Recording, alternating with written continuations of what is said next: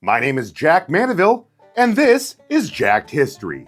I've touched on figures or events surrounding the American Civil War in previous episodes. It was a conflict that undoubtedly still harbors a variety of hardline opinions about its cause, legality, tactical decisions, and participating figures to this day, whether they're from the North or the South. Much of the debate comes from the professional historians who have dedicated their entire lives to studying facts and information about the before, during, and after of the conflict.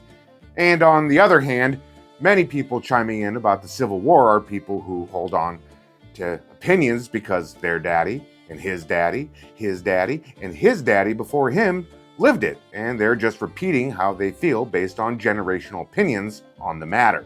My daddy, and his daddy, and his daddy, and his daddy, and his daddy, and his daddy before him. Key takeaway: no matter how long ago it seems to be, and no matter how clear some information seems to be, its aftermath is still felt to this day, and there's no perfect way to present information on the topic because people can be extremely emotionally invested in the whole ordeal. And guess what?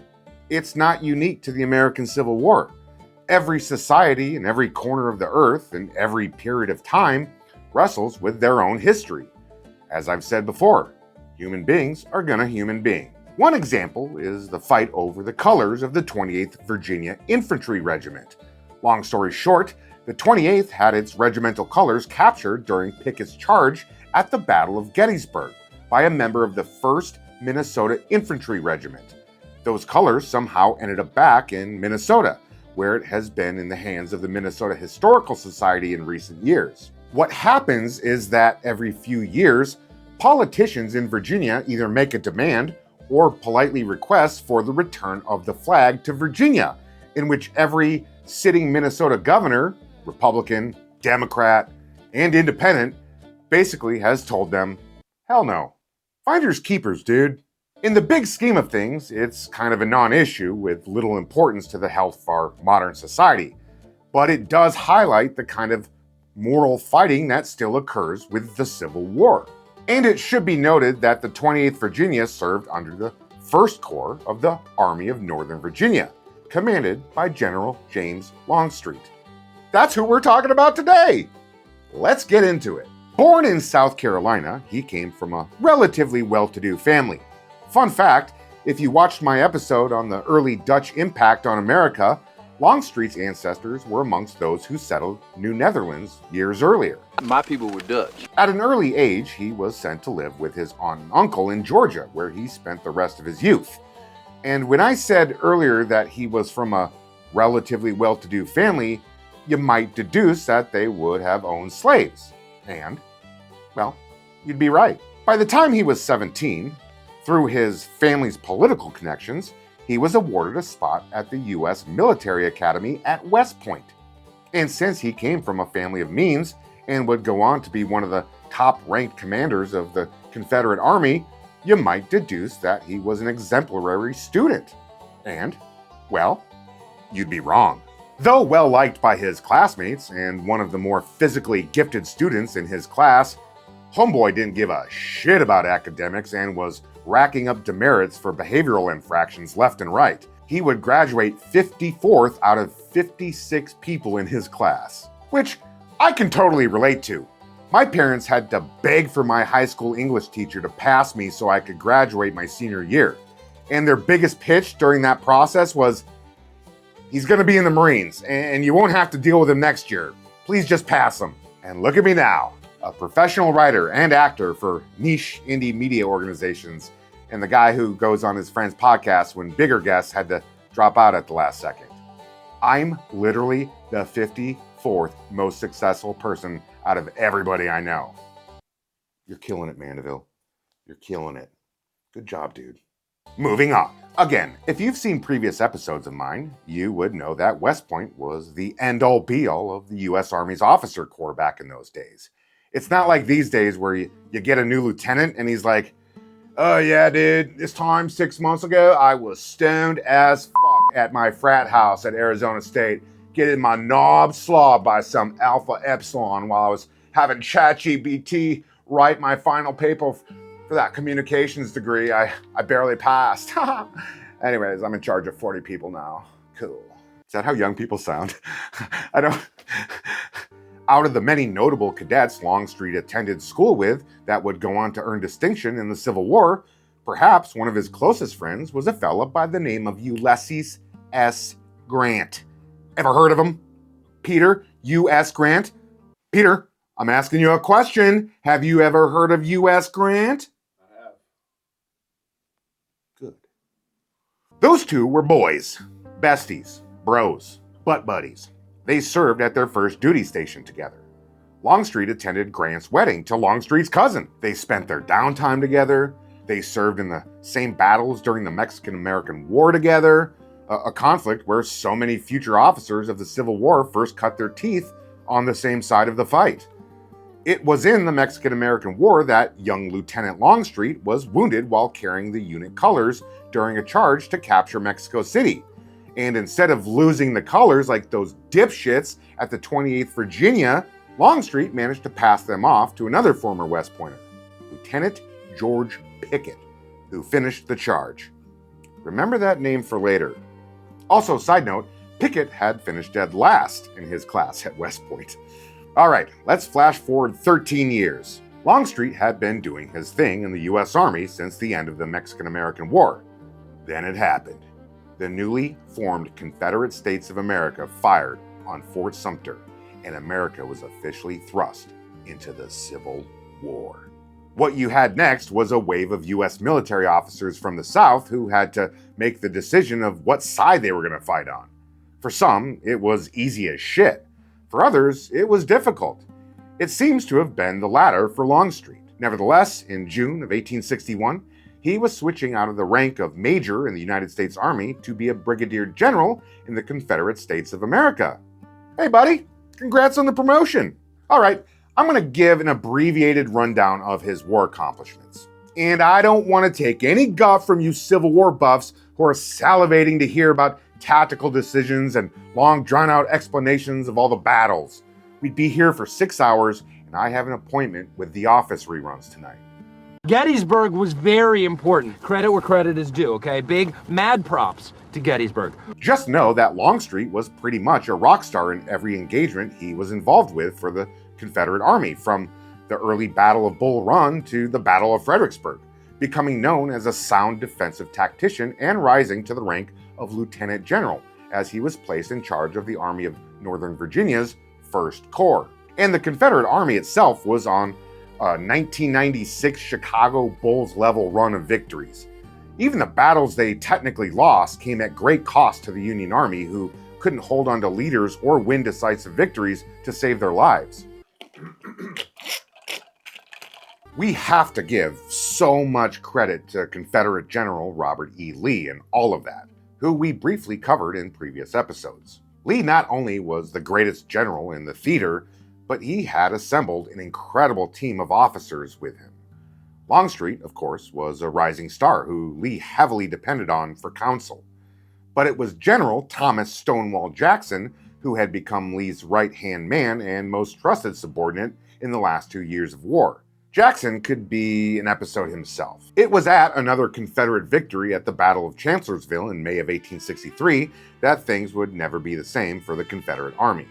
Stonewall Jackson was accidentally shot by one of his own troops, had his arm amputated, and died as a result of his wounds because 19th century medicine was absolute dog shit. With Jackson gone, Lee remarked, "He has lost his left arm, but I have lost my right." Longstreet became the guy after that. And not that Lee was making comparisons to him and Jackson, but they had a completely different dynamic. It was kind of like one of those situations in the movies where an older golden child brother dies and the younger brother has to deal with the emotional aftermath of being the second choice. The wrong kid died. Shortly after Jackson's death, Longstreet met with Lee and tried to persuade him to allow him to move his corps west to deal with the shit-hot Union general named Ulysses S. Grant. Lee vetoed that idea, devised a plan to put pressure on the Union by invading their territory, and by early July of 1863, the Confederate Army was facing the Union Army in the town of Gettysburg, Pennsylvania. There were a lot of battles in the Civil War, but Gettysburg was the mother of them all as far as numbers and historical branding goes. Gettysburg, a land where so many fought for an idea, a land where so many died for each other. I can't read! And that's when Longstreet's legacy starts to get muddled. On day one of the battle, the Confederates were looking good.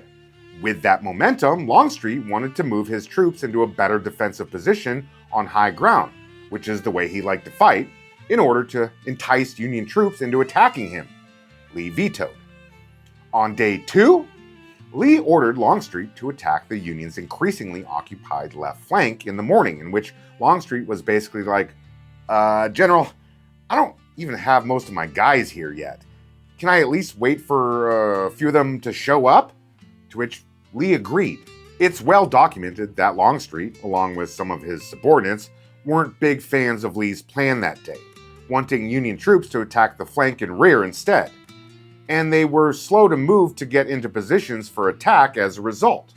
By the time they did start getting into fighting, Union troops had been properly reinforced and were able to thwart Confederate attempts to take the high ground that Longstreet wanted to take the day before. Some of these attacks were led by Longstreet himself. At the end of it, day 2 of Gettysburg was a bloodbath for Longstreet's men. And on day 3? Yikes. Tension between the two generals was already heating up. I'm also hungry. Baby needs some milk. Lee was now ready to take Longstreet's advice to move on the Union's left flank from the rear. But by that time, an entire corps of Union soldiers had shown up to stop those efforts. So what Lee did was devise a plan to attack the center of Union lines at Cemetery Ridge, in which the Confederate troops would have to march through almost a mile of open fields and face an onslaught of artillery fire before reaching their objective. Longstreet made it clear in that moment and throughout the day that he thought it wasn't a good idea. But not only did Lee disregard his take, he put Longstreet in charge of the assault. Longstreet was a professional, and even though he was against the attack, positioned the freshly arrived division of General George Pickett to lead the attack in what became known as Pickett's Charge. Yes, that George Pickett, the man who took the colors from Longstreet after he was wounded in Mexico almost 15 years earlier. Long story short, the charge was an epic disaster and widely considered one of the greatest blunders of the war. Lee, in hindsight, pretty much admitted that he fucked up. I fucked up. And Pickett would never forgive Lee for what he saw as Lee's decimation of his division at Gettysburg. All those dead guys on that ground over here burping in their memory. It was the battle that would turn the tide towards Union victory in the American Civil War. So that was it, right? Yeah, right. There was almost 2 more years of bloody fighting. And in that time, Longstreet continued to show he was one of the best generals in the field, despite criticisms for his handling of Gettysburg, and another failure during the fighting in Knoxville. No matter what, Lee still valued his presence, and after Longstreet was wounded at the Battle of the Wilderness in 1864, Lee felt his absence as his second in command. Also during that time, Ulysses S. Grant had taken over Union forces, and unlike Lee, who relied on sound tactical decisions in his victories, Grant's strategy was to just Leroy Jenkins the Confederate Army into submission.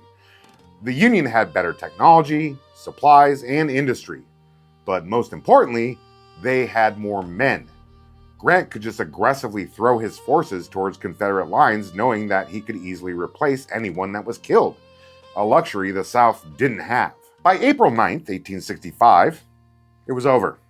Lee had decided to surrender his army to Grant at Appomattox Courthouse. Lee had some reservations about how Grant would handle negotiations for surrender, but it was Grant's old friend Longstreet who assured General Lee that he would be treated fairly. And right after the surrender, Longstreet and Grant sat down at his headquarters for a cigar, some cards, and to catch up on what they had been up to the last few years. Which was, guess trying to kill each other? All right, the war is over. We can be done with this now. For some Confederate generals, they couldn't let it go. Nathan Bedford Forrest, for example. He started the Ku Klux Klan and was hell-bent on waging a pseudo-guerrilla war to keep the Southern cause alive. Most former CSA officers went back to society and did their best to make lives for themselves after defeat. But it was what Longstreet did after the war that really turned heads. Old Bobby Lee and his buddy Jim took the fight to the Yankees, but they couldn't win. But it's okay that the war was lost, because they'll always have grill your ass off. Eat grill your ass off with your friends and foes. Eat grill your ass off and watch the country grow. America is united once again. A taste of freedom. Grill your ass off wins. First off, I want to preface everything with the fact that there's not a lot of evidence to show that Longstreet had any hyper-political opinions before or after the war. Yes, he chose to fight for the South, but that was probably more for geographic reasons rather than it was political. Second, because of his decisions I'm about to tell you, some people have developed the idea that Longstreet was some sort of anti-slavery abolitionist general in the Southern cause. Longstreet, like many antebellum officers, had owned a couple of slaves. He wasn't staunchly against the practice, he just didn't engage in it as much because he was too busy doing soldier stuff to manage that kind of responsibility. But unlike guys like Nathan Bedford Forrest, who acted like the world was coming to an end because slavery was over, Longstreet didn't give a shit and was ready to move on and just be done with the whole ordeal. Anywho, here's where his legacy began to take a hit. After the war, Longstreet basically started telling Southern whites that they needed to accept former slaves having citizenship and rights. Then he joined the Republican Party and advocated for other Southerners to do so in order to keep Northern Republicans and recently freed slaves who were joining the party from having dominant voices in white Southern Reconstruction efforts. What really got people riled up next was that he endorsed his old friend and enemy to the Southern cause, Ulysses S. Grant, for president in 1868, and took an appointment from him after his victory. He would continue to support Northern Republicans in this time, which added more fuel to the fire. But the mother of all betrayals felt by former Confederate soldiers is when Longstreet took command of black troops in order to quell an insurrection by a white supremacist organization. That was the nail in the coffin for his legacy in the South. Many of his former peers in the war began to openly chastise him, putting more effort into trashing Longstreet than they did against their perceived oppressors in the North. Talk to me. A narrative developed around Confederate war history that Longstreet was largely responsible for the South's failure, not only at Gettysburg, but for the war in general. I mean, they were just hammering the guy with accusations that were ridiculous in hindsight. Had Robert E. Lee still been alive at this point, he might have been able to quell the rising information surrounding Longstreet's war contributions. But the old man was dead, and Longstreet wasn't doing himself any favors by being publicly amicable towards former Union officers who were now in political positions of power. And let me be clear. Some of these former Confederate officers who were publicly dogging Longstreet and contributing to a patently false information campaign to smear him were dudes he used to butt heads with in the early days of the war. And it's completely possible they were jealous of his relationship with Robert E. Lee, who was now taking on an immortal legacy in the South after his death. And even though it's something we would find laughable now, Longstreet was doing things like converting to Catholicism in his post-war years. Oh no! Catholics! First they freed the slaves, and now we have to accept all these Catholics running around? Longstreet was the perfect scapegoat to explain Southern failures during the war. They certainly weren't going to blame Lee for it. He released his memoirs years later, defending his wartime decisions while still advocating for reconciliation with the North, which really did nothing to change Southern views of him as a traitor.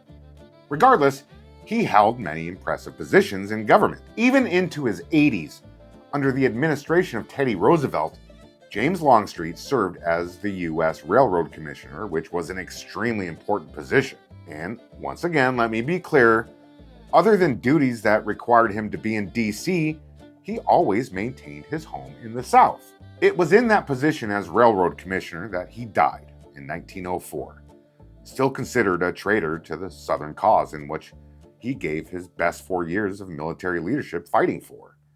Flash forward decades later, the dust of the Civil War had settled a little bit more. The historians who had personal recollections of the Civil War who originally criticized Longstreet were now dead and gone, replaced with historians who could take a more objective look at his wartime performance. It was solid. You can't pinpoint any one decision Longstreet made that caused the end of the Confederacy any more than you could do it with Robert E. Lee or any other officer of the time. Longstreet just happened to be the guy who didn't want to stay bitter about the past, and there were a lot of bitter people who wanted him and his legacy to pay for that. Please like, subscribe, share, and hit that notification button, or I'm going to accuse Peter of warming up to black people, and it'll ruin his legacy by being nice to black people. Is that a good one? I didn't know what to say there.